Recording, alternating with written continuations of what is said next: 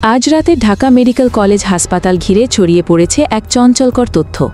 বিভিন্ন online media ও সামাজিক যোগাযোগ মাধ্যমে দাবি করা হচ্ছে ছাত্রনেতা ভিপি নূর মারা গেছেন, কিন্তু হাসপাতাল সূত্র থেকে এ বিষয়ে কোনো আনুষ্ঠানিক ঘোষণা আসেনি। তাই অনেকেই দাবি করেন ভিপি নূরের এই গোপনীয়তা প্রমাণ করে যে ভিপি নূর ভালো নেই। ফলে খবরের সত্যতা নিয়ে তৈরি হয়েছে তীব্র বিভ্রান্তি।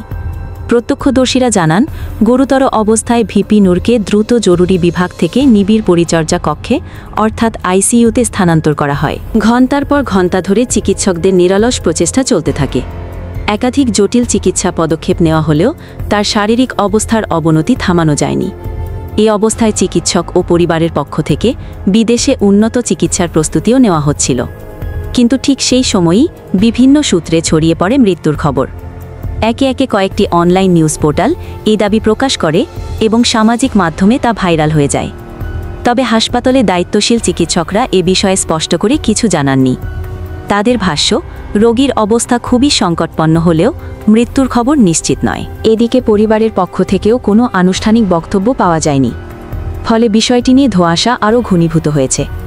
হাসপাতাল প্রাঙ্গণে উপস্থিত সমর্থক ও স্বজনদের মধ্যে আতঙ্ক ও কান্নার দৃশ্য দেখা গেলেও প্রকৃত অবস্থা সম্পর্কে নিশ্চিতভাবে কিছু বলা যাচ্ছে না। নিরাপত্তার স্বার্থে প্রশাসন ইতিমধ্যেই হাসপাতালের ভেতর ও বাইরে কড়া নজরদারি জোরদার করেছে। রাজনৈতিক বিশ্লেষকরা বলছেন, ভিপি নূরের মতো আলোচিত ব্যক্তিকে ঘিরে এ ধরনের গুজব ছড়িয়ে পড়া স্বাভাবিকভাবেই পরিস্থিতিকে আরও উত্তেজনাপূর্ণ তুলতে পারে। তাই সত্যতা যাচাই না করে এমন খবর প্রচার করা বিপজ্জনক। তাদের মতে, এটি শুধু একটি ব্যক্তির স্বাস্থ্য সংকট নয়, বরং পুরো জাতীয় রাজনীতির জন্যই সংবেদনশীল একটি ইস্যু। সবশেষে বলা যায়, ভিপি নূরের মৃত্যুর খবর এখনও নিশ্চিত হয়নি। নানা মাধ্যমে যেসব গুজব ছড়ানো হচ্ছে তার সত্যতা মেলেনি। তাই চূড়ান্ত তথ্যের জন্য সবার নজর এখন ঢাকা মেডিকেল কলেজ হাসপাতালের আনুষ্ঠানিক ঘোষণার দিকে।